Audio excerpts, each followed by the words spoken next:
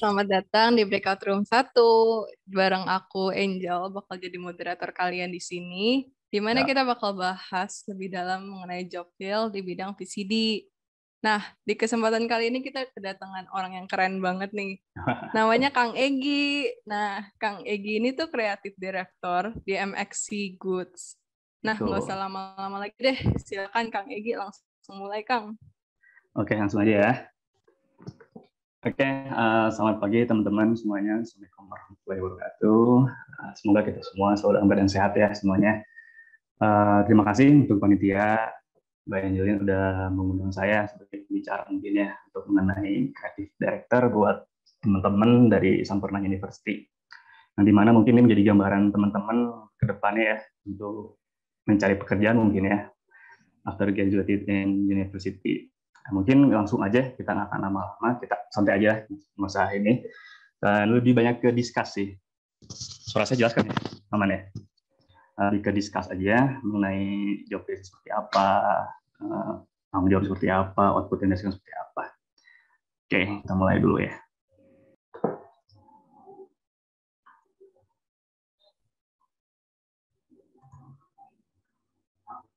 Oke, udah kelihatan room saya? Kelihatan kok, Kang. Oke, baik teman-teman, kita mulai aja ya. Perkenalkan, nama saya GRV Najar, saya dari Bandung. Kemudian saya represent dari brand MXC Goods, yaitu salah satu clothing di Bandung yang sudah berdiri dari tahun 2009. Teman-teman boleh manggil saya Kak Egi, boleh. Manggil saya Kang Egi juga boleh, berhubung saya orang Sunda mungkin ya, kayaknya lebih enaknya Kang Egi aja, biar lebih akrab mungkin ya. Oke, mungkin di sini kita akan review dulu sebentar. Apa sih itu MXC Goods? MXC Goods itu salah satu clothing based on apparel di Bandung, yang dimana kita memproduksi apparel dari atas sampai bawah ya, kecuali sepatu sih. Jadi kita produk-produk mainly sebenarnya produk cowok, lebih ke streetwear lah, streetwear layaknya clothing-clothing udah ada sekarang gitu. Di sini kita emang jalan tahun 2009 kita mulai usaha ini, si brand ini terbentuk. Nah, pada dasarnya awalnya brand itu lebih ke B2B. Nah, bisnisnya itu bisnis-bisnis yang dimana sih kita lini penjualnya hanya ke distributor. Jadi mainnya ke wholesale lah, ibaratnya grosir. Yang dimana mungkin nanti para distributor kami akan menyebarkan produk kita. Begitu. Jadi sejauh ini kita ibaratnya mah kalau dibilang gayanya masih gaya underground lah ya, kita main di bawah. Tapi kita besar oleh para reseller kita atau distributor kita di seluruh Indonesia gitu. Produk-produk yang tampilkan pun mungkin seperti yang teman-teman lihat di screen ini, ada produk cowok sih, kebanyakan cowok, tapi sebenarnya unisex sih. Nggak spesifik cowok, cewek pun bisa pakai. Ada dari topi, kemeja, kaos, celana, sendal juga, board short dan sebagainya lah, berupa apparel dan lainnya. Nah, mungkin untuk lebih jelasnya teman-teman bisa kepoin Instagram kita ya, di @mxcgoods. Itu nanti bisa lihat seperti apa sih produk-produk kita di MXC Goods itu. Oke. Nah, saat ini saya diundang untuk sebagai pembicara mungkin ya, lebih ke sharing aja sama teman-teman apa sih creative director. Sebenarnya kalau saya dibilang teman-teman udah ada yang pernah dengar nggak atau tahu apa itu creative director? Coba mungkin beberapa orang bisa menjawab dulu. Apa sih creative director gitu? Yang tahu? Oke. Jadi sebenarnya ngeplan kreatif buat segala bentuk hal, Kang. Misal promotion mungkin, mungkin hal yang lain. Oke. Bisa seperti itu. Tapi mungkin lebih tepatnya creative director tuh lebih familiar di dunia agensi sebenarnya, di desain studio atau agensi advertising itu istilahnya creative director. Cuman kalau untuk di conventional corporate atau company yang seperti biasa tuh identiknya creative director lebih ke kayak manajer kreatif lah, yang dimana tugas seorang creative director tuh melit tim kreatif di bawahnya, yang dimana tim kreatif itu ada graphic designer, ada web designer, ada copy atau content writer, terus ada foto dan videographer. Yang dimana si creative director ini bakal membuat whole package atau whole concept dari sebuah planning departemen atau divisi kreatif suatu perusahaan, yang dimana bertujuannya kita membuat konsep, mendeliver konsep kepada timnya, sampai mengawasi pembuatan konsep itu dari hulu sampai hilir. Jadi di mana si kreatif director harus menjaga timeline atau menjaga keteraturan pekerjaan daily, weekly, dan monthly si tim kreatifnya.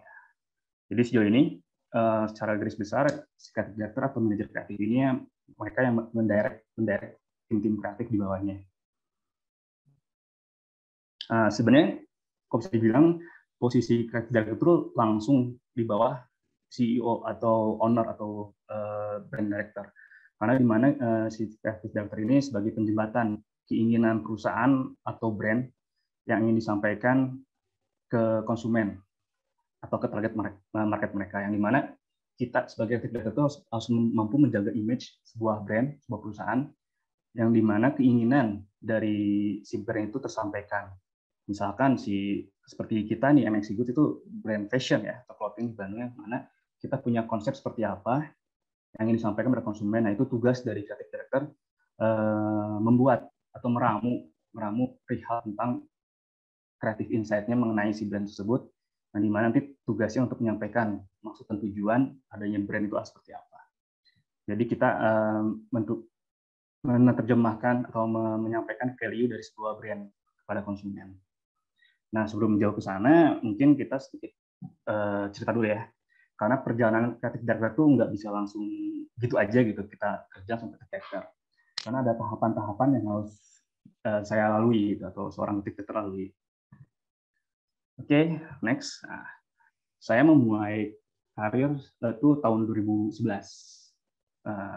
menjadi seorang graphic designer, karena based on studi saya emang sebagai di desain komunikasi visual di salah satu universitas di Bandung, yaitu Sekolah Tinggi Seni Rupa dan Desain Indonesia di Bandung, yang dimana kampusnya itu emang fokusnya ke seni rupa dan desain. Nah, saya lulus tahun 2011. Ya, kebetulan saya tahun 2007 baru masuk, saya ke pending 2 tahun. Saya menyelesaikan DKV itu alhamdulillah pas 4 tahun ya, bahkan kurang sih, 3,5 tahun kemarin itu percepatan. Saya lulus di tahun 2011 dan alhamdulillah saya langsung dapat pekerjaan. Disinilah karir saya mulai gitu, sebagai graphic designer atau junior graphic designer untuk masuk ke salah satu perusahaan lah tahun 2011.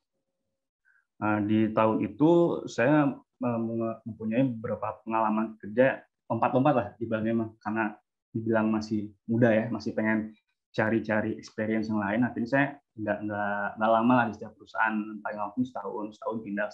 Karena apa? Karena saya mencari ilmu yang baru di setiap perusahaan. Karena setiap tempat perusahaan itu memiliki etos kerja yang berbeda, memiliki ilmu yang bisa kita dapatkan berbeda di tempat sebelumnya. Nah, selama karir saya 2011, kemudian di tahun 2015 itu baru saya ada jenjang karir sebagai art director. Art director tuh ibaratnya kayak supervisor lah di perusahaan yang lain, supervisor. Nah, itu saya dari graphic designer 4 tahun pengalamannya, baru saya bisa in charge sebagai art director. Nah, kemudian setelah itu baru di tahun 2018 karir saya naik lagi menjadi creative director sampai sekarang. Nah, terus apa sih bedanya graphic designer, art director, dan creative director?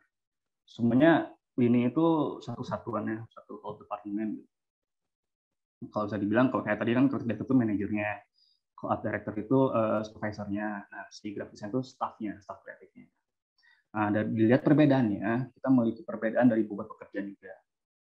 Kalau dilihat graphic designer tuh hanya memiliki bobot 30-50%, tergantung dari kapasitas si perusahaannya. Yang dimana kerjaan graphic design itu hanya sebatas mendelivery hasil atau konsep yang sudah ada. Jadi mereka daily working-nya sudah ada gitu, day by day-nya, seperti setiap hari udah harus bikin A, B, C, itu udah ada delivery. Mereka tinggal hanya mengerjakan aja. Mungkin kalau simpelnya sih kayak operator aja, tinggal running aja gitu. Running by test atau job yang udah ditentukan. Itu tugas graphic designer, 30-50%. Nah, untuk art director atau yang supervisor tuh naik nih beban pekerjaannya sekitar 70 atau 75%, mengakuisisi semua beban si departemen kreatif. Kenapa? Karena di sini art director tuh lebih full ke konsep kreatifnya, di mana mereka menjabarkan atau mendeliver konsep yang bakal disampaikan sebuah perusahaan dalam jangka waktu tertentu. Jadi dia menggodok semua ide kreatif visual. Pokoknya teknikal banget lah, teknikal dalam artian membuat konsep desainnya, sampai ke breakdown-nya mau seperti apa aja, itu ada di art director. Jadi benar-benar konseptor banget si art director ini, yang dimana baru nanti setelah si art director ini bikin blueprint desain atau konsep, setelah jadi ini main mappingnya, baru dia si art director mendeliver ke graphic designer. Sehingga graphic designer itu kerjaannya tinggal ngikutin alur yang telah diberikan sama art director. Template lah, doing by template. Itu art director. Jadi si art director mengawasi proses kreatifnya. Apa yang telah dia buat, A sampai Z-nya berupa visual atau desain-desain atau template-template dari yang besar sampai yang kecil, dan mereka langsung mendeliver si template desain itu kepada graphic designer yang buat jadi patokan lah, jadi blueprint mereka untuk mengerjakan pekerjaan hariannya. Nah, sekarang sedangkan creative director itu memiliki pekerjaan yang 100% full karena dia bertanggung jawab atas departemennya, departemen kreatif, yang dimana si creative itu yang mencetuskan konsep atau ide secara jangka panjang dalam 1 bulan minimal, atau 3 bulan atau 4 bulan, atau bahkan 1 tahun ke depan. Yang dimana si konsep ide ini bakal dia sampaikan ke art director. Nih gue pengen bikin campaign atau branding A buat jangka waktu 3 bulan nih, karena perusahaan kita bakal launching produk ABC misalkan gitu. Saya pengen outputnya ABC. Itu sebenarnya lebih ke konsep aja, director. Tapi nggak hanya semua konsep aja director, karena dia harus bisa mendeliver semua ide-idenya dalam bentuk desain juga. Desain dalam artian desain kasar lah minimal. Jadi agar tergambar nih konsepnya mau seperti apa, inputnya apa, outputnya seperti apa. Karena departemen kreatif itu tidak bisa berdiri sendiri. Kita pasti ada lintas departemen untuk bekerjasama. Contohnya di perusahaan saya kan ada departemen produksi, departemen HR, departemen yang lainnya lah. Nah, si creative yang menjembatani semua kegiatan itu. Karena bahwasanya bahwa kalau kita berurusan dengan produksi, kita emang ngobrolnya sama orang produksi. Ketika kita membuat campaign sebuah produk, kita akan discuss dulu nih sama si orang produksi, lu bikin produk apa sih buat campaign di bulan depan misalnya. Saya bikin produk ABCD. Oke, kita ngelihat hasil desain bajunya atau desain produknya seperti apa, baru seorang kreatif itu memikirkan, oh ini konsep yang cocok seperti ini nih buat launchingnya. Nah, setelah itu kita menggodok materi konsepnya, menggodok semua kebutuhannya sampai ke budgeting. Jadi si Catherine all in mengerjakan konsep, mengerjakan visual juga, sampai mengerjakan budgeting. Karena emang sebenarnya tugas di creative director itu lebih banyak ke concepting dan budgeting, 50%. Nah, 20%-nya hanya ke technical untuk mendeliver ke art director, seperti itu. Jadi komposisi pekerjaannya sebenarnya bebannya sangat besar. Jadi seorang creative director karena mencakup departemen, dan dia pun bertanggung jawab langsung kepada CEO, dan apa yang dia kerjakan itu terlampir dan terlaporkan kepada si direktur brandnya. Gue mau bikin ini Pak, saya di campaign ini saya bakal bikin bla bla bla, jangka waktu sekian, outputnya seperti apa, budgeting seperti apa. Nah, karena sangat krusial ketika kita membuat sebuah bikin produksi lah, campaign, branding, video, foto, ataupun kan itu berkenaan dengan budgeting ya. Nah, itu harus kita discuss dulu juga sama orang-orang finance-nya. Ini lu punya nggak nih budget segini buat dihabisin jangka waktu 3 bulan gitu. Jadi emang ruang lingkupnya lebih luas lagi kalau seorang director. Nah, hanya ngomongin desain aja, nggak hanya ngomongin konsep aja, tapi ngomongin ke managerial, leadership juga, sampai ke budgeting juga. Yang sebenarnya ranahnya nggak ada di art director tapi di desainer. Seperti itu. Mungkin sejauh ini ada yang mau ditanyakan dulu deh teman-teman untuk tahapan dari graphic designer, art director atau art director. Atau mau lanjut dulu Mbak Angelin sampai beres? Mungkin lanjut dulu aja Kang. Lanjut dulu ya, oke. Ya. Terus apa sih yang harus langkah awal seorang creative director dalam menjabarkan pekerjaannya? Jadi ada beberapa step sih yang biasa saya lakukan. Karena tiap-tiap perusahaan atau brand itu treatment-nya berbeda, tergantung dari kapasitas perusahaan. Perusahaannya seperti apa? Entah itu perusahaannya manufaktur, entah itu perusahaannya fashion atau perusahaan F&B dan sebagainya, itu bakal beda treatment-nya. Karena berhubung saya bekerja di perusahaan fashion dan kebetulan ini tahun ke-10 saya berkarir, semuanya rata-rata saya bekerja di perusahaan fashion. Oke, jadi saya selalu membuat konsep awal nih. Ketika kita ngomongin timeline atau bisnis plan dalam jangka waktu panjang 1 tahun, kita akan buat konsepnya dulu nih. Karena dalam 1 tahun kita bakal membagi 3 segmen. Jadi kita bagi 3-4 bulan dalam 1 tahun. Jadi ada 3 campaign yang kita keluarkan di tempat saya. Jadi bulan ke-1 sampai ke-3, terus bulan ke-4 sampai ke-9, karena 4 sampai 9 itu high season biasanya kalau di retail fashion tuh, karena menjelang bulan puasa dan lebaran. Setelah itu fase ke-3 bulan ke-10 sampai 12. Jadi ada 1 tahun. Nah, kita membuat konsep nih. Whole konsepnya seperti apa dan 1 tahun, baru kita mapping per kuartalnya. 1 sampai 3 bulan seperti apa, 4 sampai 9 bulan seperti apa, 10 sampai 12 bulan seperti apa. Nah, udah dapat gambarannya, dari konsep kita turunkan ke arahan outputnya seperti apa. Eksekusi mau seperti apa, terus pengerjaannya kita mau bagaimana. Nah, itu saya biasanya membuat seperti itu. Nah, nanti mana outputnya itu bakal didelegasikan atau di-deliver ke art director. Nanti art director yang bakal memvisualisasikan keinginan seorang creative director. Ketika saya bikin A, B, C, oke, si art director baru dia menggodok visualnya, seperti arahan dari creative director seperti apa. Nah, ini tadi ya planning. Nah, planningnya pun saat kita setelah membuat plan 1 tahun, kita kan bakal ngebagi itu per 3 kuartalnya. Nah, 1 sampai 3 bulan itu planning seperti apa sih outputnya? Apakah cuman outputnya hanya di ATL atau above the line, below the line, ataupun hanya di sosial media aja. Seperti si campaign-nya, udah deh, campaign-nya 1 sampai 3 bulan kita gembar-gembornya dical dulu digital, kayak sosial media, website, dan sebagainya, planningnya. Terus kayak kalau emang campaign-nya buat launching produk, kita harus pakai si modelnya kayak siapa sih? Apakah modelnya mikro atau makro gitu ya? Supaya yang mikro tuh yang followers sedikit, tapi impact-nya ada juga, yang makro yang udah punya harga lah, ibaratnya mah kayak Instagram gimana seperti apa, sampai budgetingnya mau kayak gimana nih pembagiannya, planning-nya. Itu kita godok si syarat teknikalnya di planning. Nah, kemudian tahap monitoring. Di sini setelah saya membuat konsep planning, langkah selanjutnya tuh monitoring. Karena tugas utama saya tuh di kantor ya memonitoring A sampai Z-nya. Ketika saya mendeliver kerjaan ya, saya harus tahu nih udah sejauh mana si progres si art director-nya.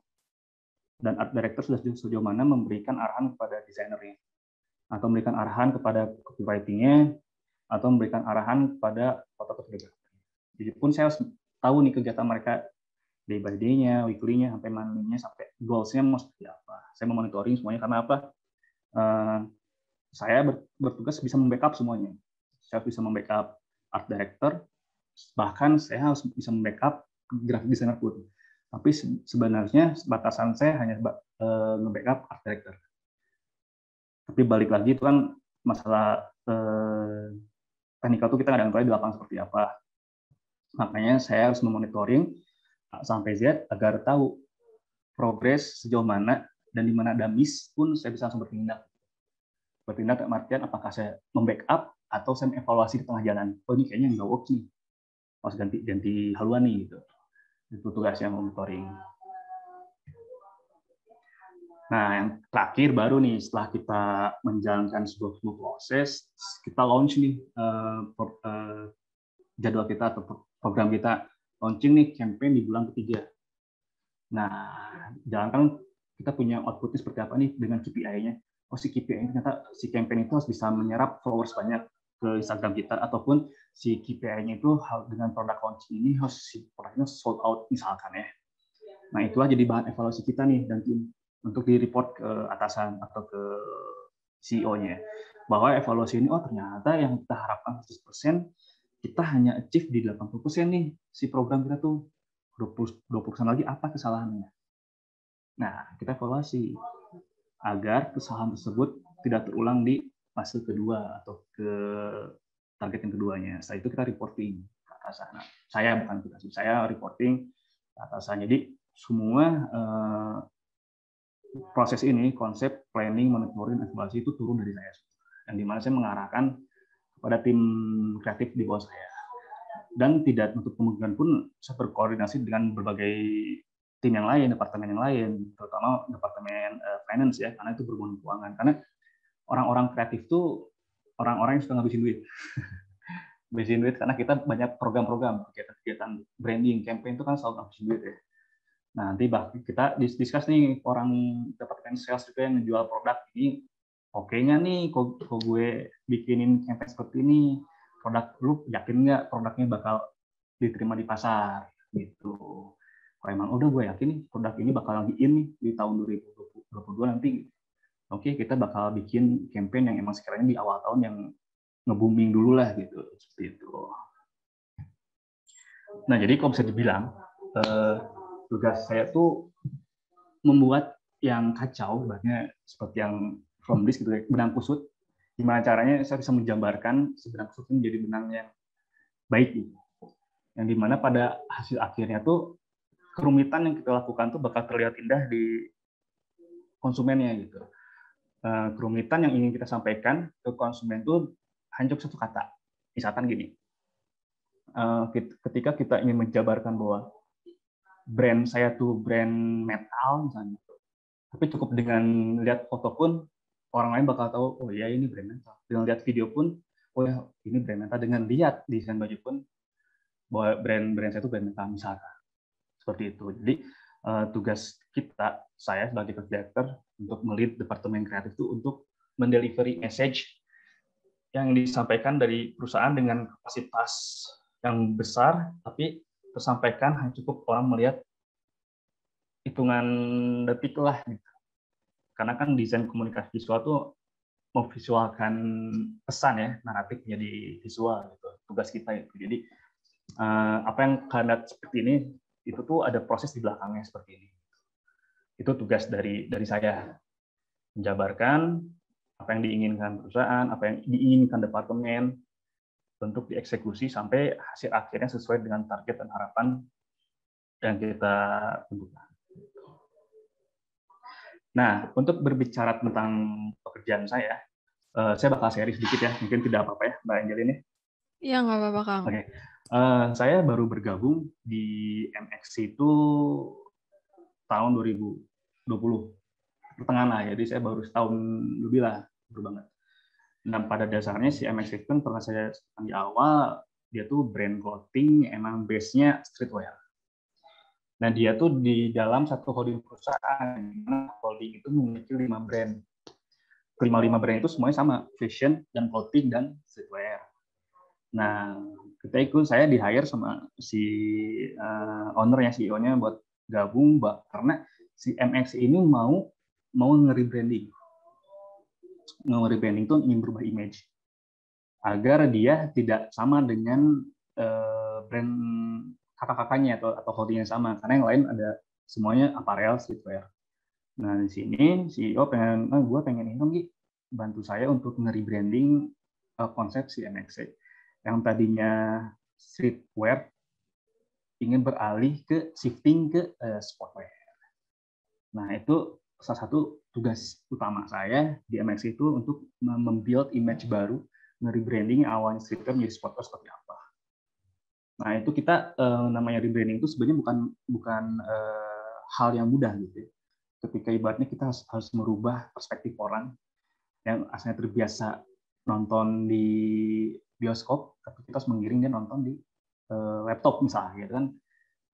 Experience-nya berbeda, gitu. Habitnya itu bakal berbeda. Nah, ini tugas saya berproses sih sebenarnya. Ini udah setahun kita sebenarnya maraton, karena namanya rebranding itu atau kegiatan merubah image itu tidak bisa diukur dengan waktu yang singkat, karena itu setiap hari kita kembang. Nah, saya bakal sedikit share screen untuk job saya mungkin ya.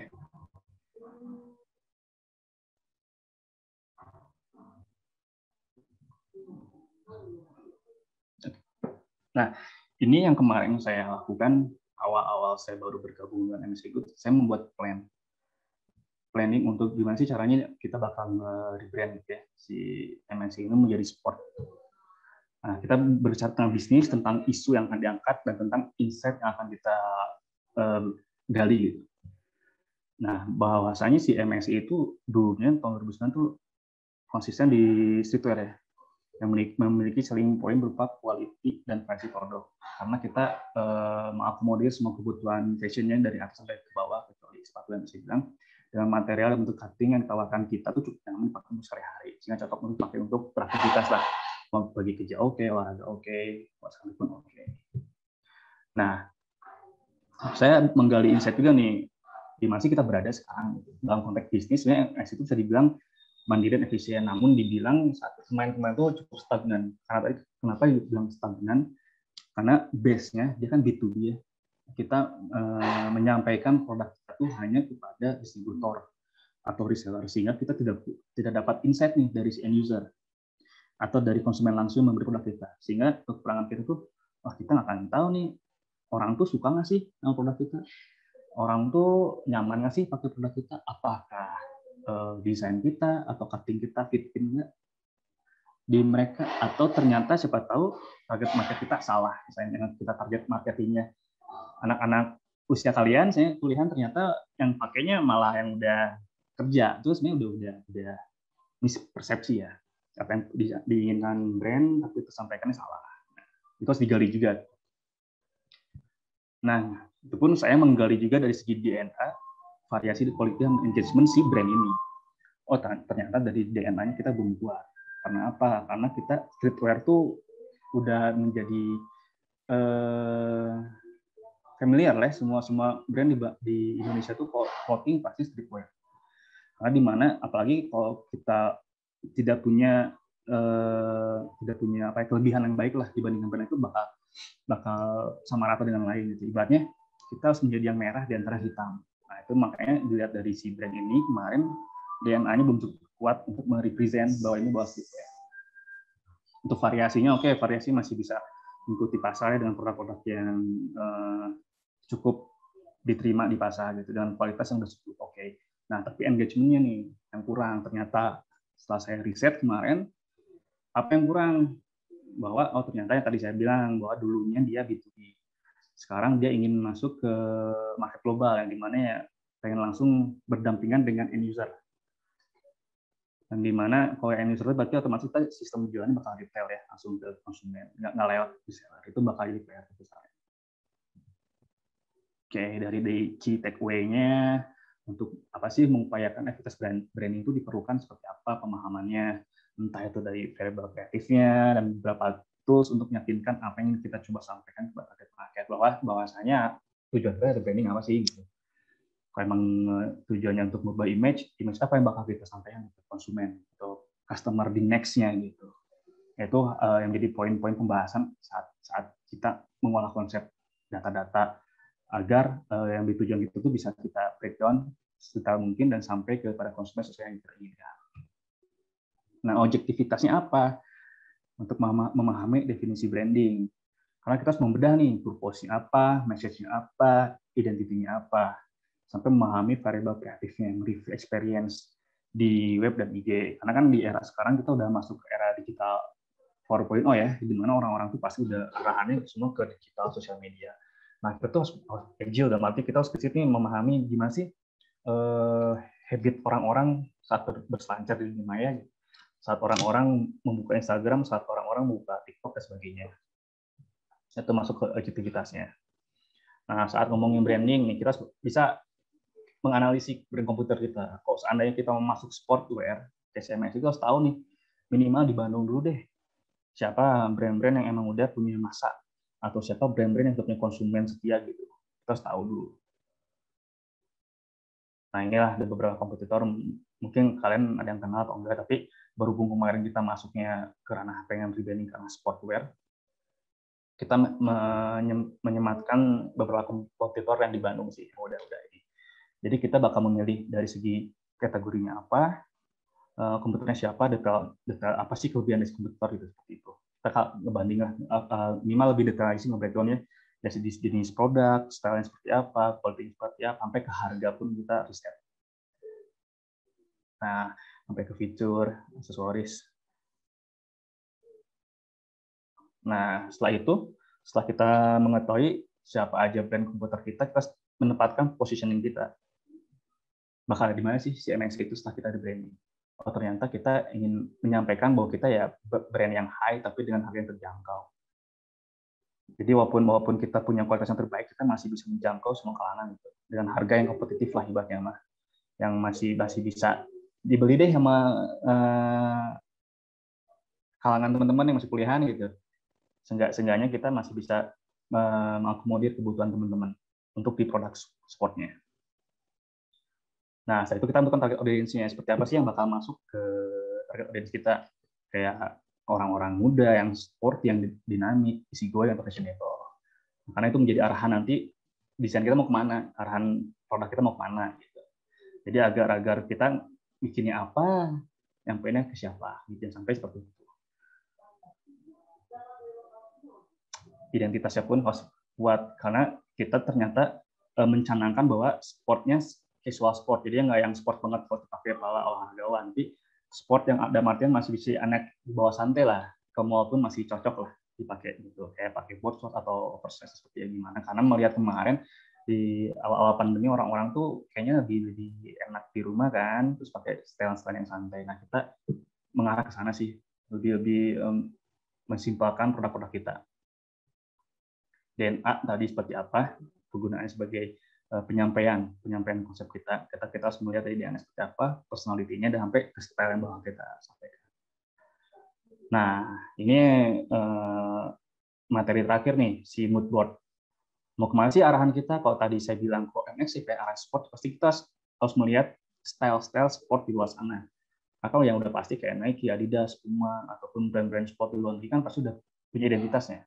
Kalau seandainya kita ke sana pun, sport kita setidaknya bisa menyamakan lah persepsi orang-orang sport yang casual tuh kayak gimana sih, sport yang benar sport seperti apa. Nah, itu terlampir dalam mood board. Nah, itu mood board ini yang nanti yang si art director jabarkan secara visualnya. Ketika gue pengen mood board seperti ini deh, nanti si MX arahannya nanti art director yang bikin.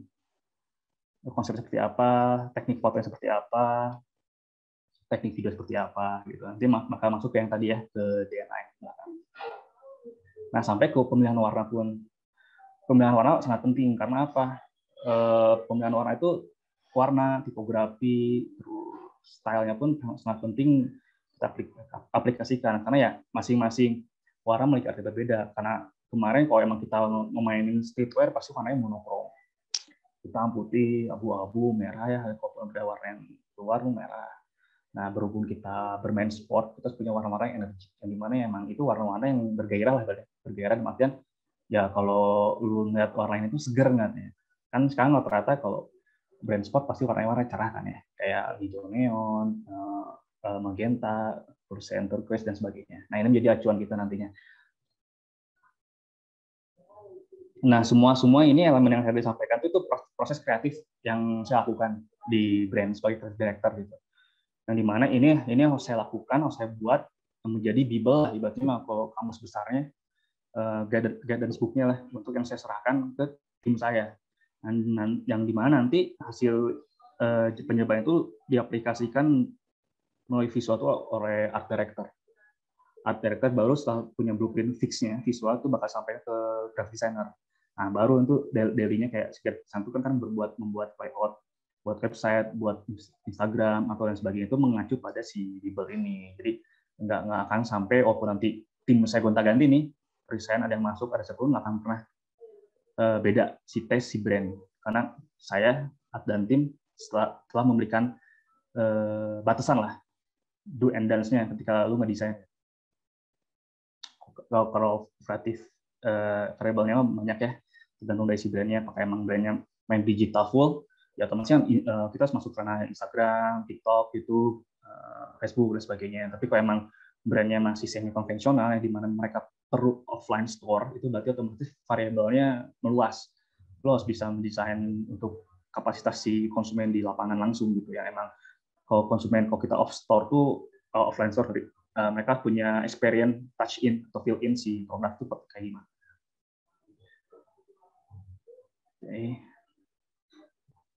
Oke, mungkin seperti itu ya Mbak Angelin dan teman-teman, gambaran dan tugas dari seorang creative director yang pada dasarnya sih kesimpulannya sih, kalau mungkin tadi agak belibet dan terlalu panjang lebar, intinya tuh creative director tuh kalau kita bisa disandingkan tuh kayak head chef lah di restoran ya, di restoran, bahwa si head chef ini yang bakal merangkum menu-menu yang bakal dia buat dalam jangka waktu 1 minggu ke depan atau sebulan ke depan, yang dimana si head chef itu menyampaikan menu itu pada kokinya.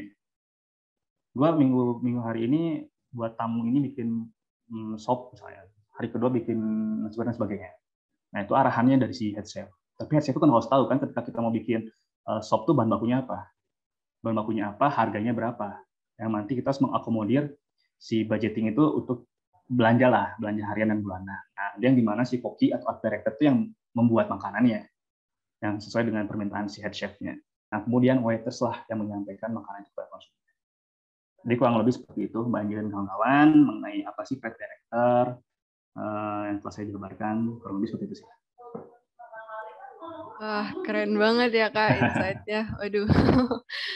Aduh. Nah, kalian semua kalau misalnya ada yang mau ditanya sama Kang Egy, boleh banget kalian raise hand atau tulis di kolom chat boleh. Nah, Kang Egy bakal kasih gift nih buat 2 pertanyaan terbaik dari MXC. Iya dong. Jangan ragu-ragu. Mungkin sambil nunggu semuanya mikirin pertanyaan, aku punya pertanyaan pribadi nih, Kang. Oh, ya Mbak Angelin. Nih, kan Kang Egy udah setahun nih di MXC. Betul. Apa sih kesulitan sebagai kreatif director di MXC? Kayak mungkin ada titik terendah di mana MXC itu ngadepin tantangan yang berat banget. Itu gimana tantangannya dan gimana cara tim dari Kang Egy tuh ngadepin itu, Kang? Oke, itu tantangan ya. Sebenarnya 1 tahun itu penuh perjuangan sih kalau untuk brand seperti MXC ini ketika kita mau shifting ya dari yang terbiasa berjualan offline, karena kemarin arahannya untuk masuk ke market yang luas atau online, kita blank, dalam artian blank tuh kita belum punya market dari segi online. Makanya saya dan tim bagaimana caranya nih si produk kita bisa tersampaikan ke konsumen online. Walaupun secara historical kita itu udah dari 2009 ya, otomatis kan udah tahun ke berapa sih? Kalau 2009 itu udah 10 tahun, 11 tahun lah ya. 11 tahunan lah. Tapi kita belum terkenal nih. Belum terkenal di kalangan market kopi Kota Bandung. Karena emang pada dasarnya saya sampaikan underground ya, B2B itu, karena B2B dan tadi kita produksi barang ribuan, kita sebar ke semua distributor kita di seluruh Indonesia. Dari Sabang sampai Merauke kita punya distributor di sana. PR terberat saya adalah gimana cara kita menyampaikan produk ke konsumen via digital. Salah satunya kita membuat campaign yang otomatis campaign itu kita deliver lewat iklan ya. Karena kan saat ini kita pasti gencar-gencar semua orang pakai ads ya. Ke media, terus kita pun bekerja sama dengan orang-orang yang sesuai dengan target kita. Nah, tadi saya sampaikan bahwa si MX itu shifting ke sportwear. Walaupun emang belum 100% berganti haluan ya, masih 50-50 lah, karena itu proses produksinya panjang. Nah, di situ saya mencoba untuk mendekati komunitas-komunitas sport di Kota Bandung khususnya. Kayak komunitas BMX, skateboard, b-boy, parkour, inline skate, skuter, dan sebagainya. Untuk kita dekat ini, untuk kita ada kerjasama, ibaratnya kayak lu buat support deh, full apparel lu, setiap lu main, ya lu tag kita gitu, ke Instagram. Otomatis itu lambat laun orang mulai mengenal ya, dari segi komunitas. Karena untuk sebuah brand itu atau sebuah fashion itu, komunitas itu sangat penting. Itu aset utama sih dari sebuah brand itu, komunitas. Karena komunitas itu word of mouth-nya sangat bagus lah, loyal banget, orang-orang yang kita support, mereka support banget. Jadi titik terendah saya tuh ketika saya deliver ke konsumen secara online tuh belum ada yang bisa, lu siapa sih gitu. Kemudian ketika belum diterima lah awal-awal ya, tapi alhamdulillah itu di 6 bulan awal tuh menjadi aduh, gua bisa nggak sih menyampaikan si message ini ke konsumen. Tapi alhamdulillah sekarang udah berjalan setahun, orang-orang udah notice ya ke MXC. Ketika mereka membutuhkan produk yang sport, sport tapi masih bisa dipakai santai pasti naik. Seperti itu Mbak Julian. Mantap Kak. Nah, ini ada question nih Kang. Kang, aku penasaran sama campaign method. Kan sekarang brand banyak yang manfaatin metode campaign digital. Nah, Yes. dari Kang Egi sendiri, metode apa sih yang efektif yang bisa saing sama campaign brand lain? Gimana tuh, Oke. Kang? Sebenarnya untuk metode itu emang banyak ya. Cuman saya selalu meyakini bahwa metode terbaik itu kita harus emang in touch dengan konsumen. Karena ranah digital itu terlalu luas ya. Terlalu luas dalam artian walaupun kita bisa men-tracking by data ya, by engagement atau by reach atau by klik iklan kita pun itu belum memastikan bahwa brand kita tuh nyampe ke konsumennya. Kalau saya pribadi yang kadang berbeda-beda treatmentnya. Kalau saya pribadi tetap menggunakan metode konvensional terus dipakai. Konvensional dalam artian kita harus melakukan aktivasi offline.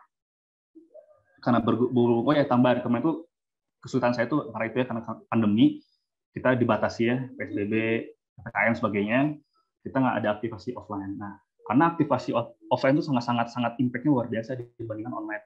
Online tuh ibaratnya mah bisa dibilang cuma 30% lah kalau menurut saya supportingnya pada sebuah brand. Kenapa? Karena kalau online tuh menyebarnya emang broad banget ya, kita akan tahu impact seperti apa. Tapi kalau kita sudah melakukan aktivasi offline kayak launching produk atau kita membuat gimmick-gimmick event-event offline itu insya Allah sih kalau menurut saya itu bakal lebih work gitu. Karena kan sekarang walaupun emang era digital nggak semua orang doyan mantengin iklan kali ya. Karena beberapa brand mungkin yang aktivasinya lebih mengutamakan engagement-nya lebih enak langsung, pasti lebih ke offline. Kayak sekarang kita emang sih kalau emang kita shifting ke sport otomatis kita bikin aktivasi offline seperti kayak event-event yang berkaitan dengan si konten kita kayak event sport kayak gitu. Nah, itu sih kalau menurut saya metode yang paling works untuk membedakan gitu ya. Campaign digital tetap konvensional tuh lebih baik sebenarnya.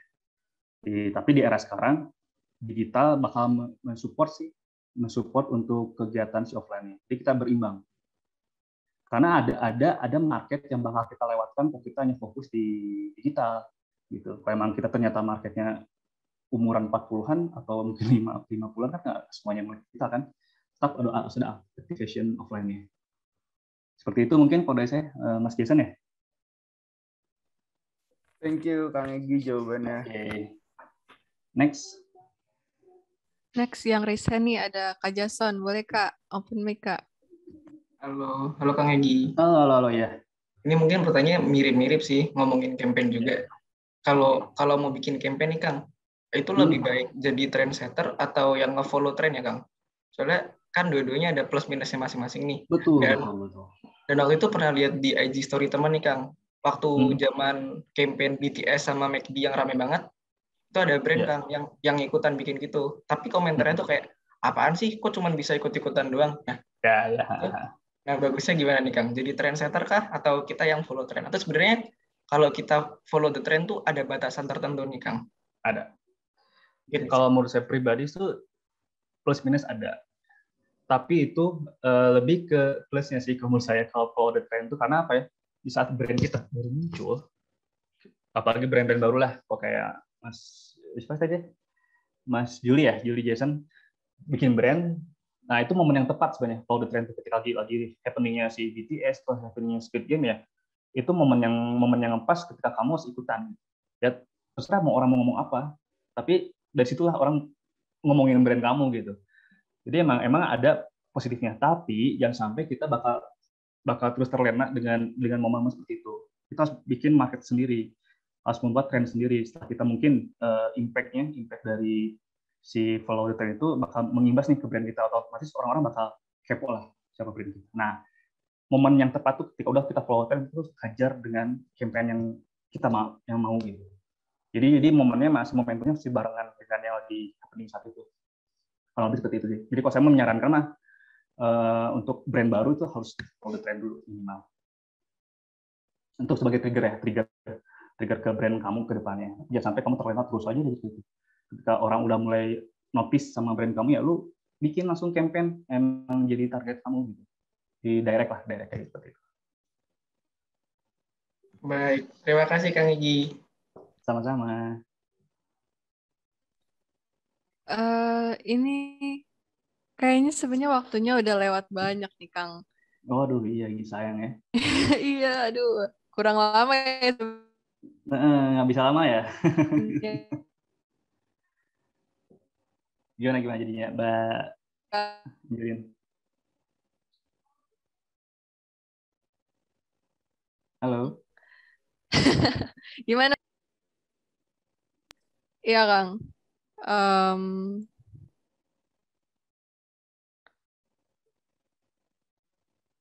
Mungkin Masih ada kita waktu nggak dari panitia? Atau emang harus 40 menit?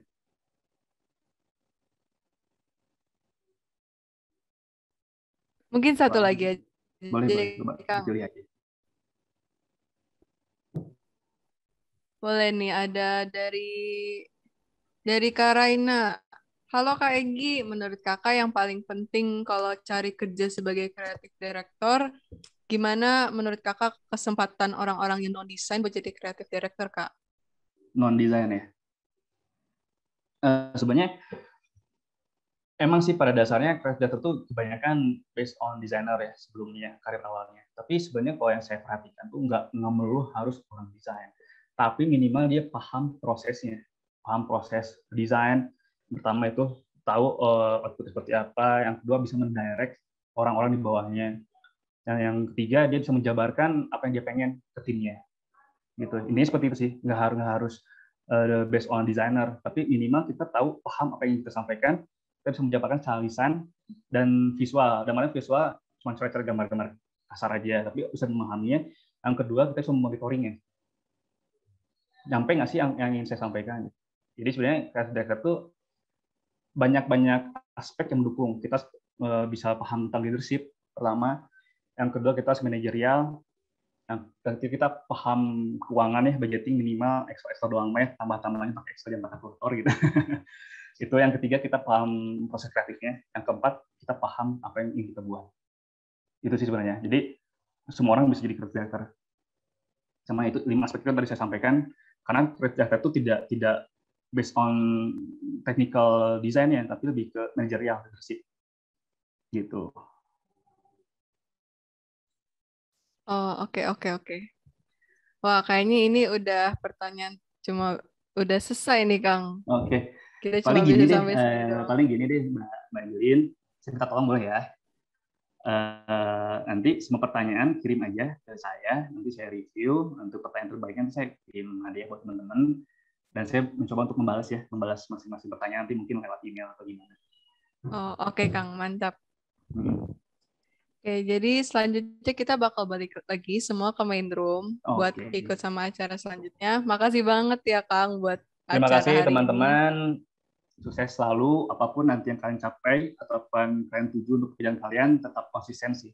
Jangan pernah takut apa yang telah kalian capai. Kalau saya sekarang kalian secara majority-nya kuliah di bidang A, tapi ternyata kuliah di bidang B, jadi bidang B nggak masalah. Tetap kalian fokus untuk mencari ilmunya. Karena ilmu yang sebenarnya itu ada di lapangan, di kampus. Experience. Mentor terbaik experience kalian. Oke, tetap semangat. Sukses selalu buat teman-teman. Siap, Bang. Makasih, Kang. Ya, siap. Kang Egi buat waktunya. Makasih, Kang Egi. Sehat selalu ya kalian ya.